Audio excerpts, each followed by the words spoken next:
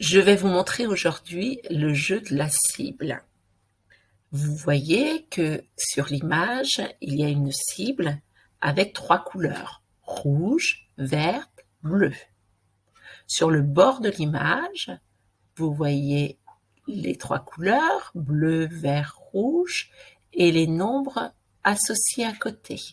Le bleu, c'est 1, le vert, c'est 2, et le rouge, c'est 5. Pour jouer à ce jeu, on utilise des flèches. Les flèches font des traces sur la cible. Je vais vous montrer. Ici, on voit qu'il y a un rond noir sur la cible. Ce rond noir représente une flèche.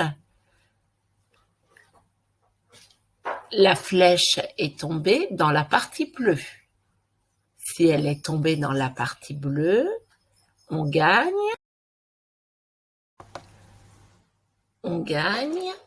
1 point.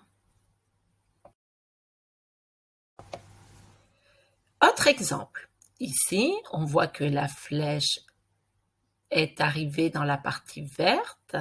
Donc, regardez sur le côté ce que représente la partie verte.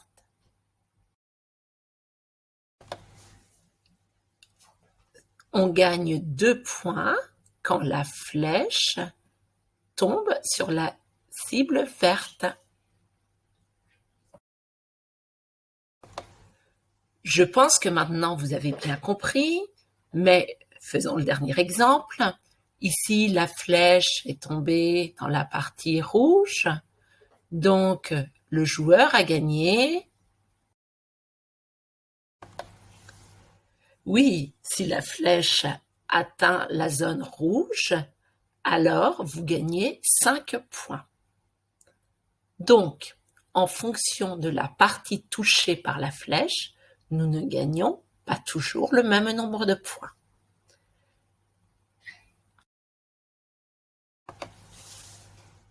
Passons au petit exercice.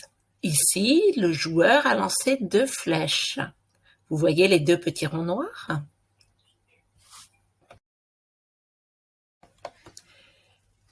Ici, il y a 2 flèches et nous allons trouver le nombre de points que le joueur a marqué.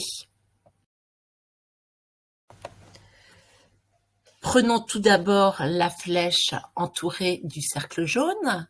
Cette flèche a touché la zone bleue, donc elle permet au joueur de marquer 1 point.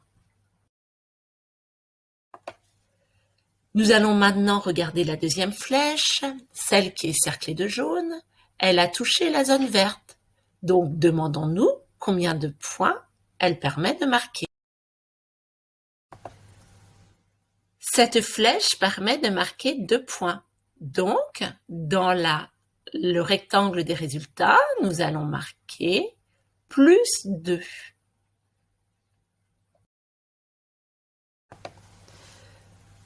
Donc, maintenant, ajoutons les 2 flèches et calculons quel est le total de points marqués par le joueur.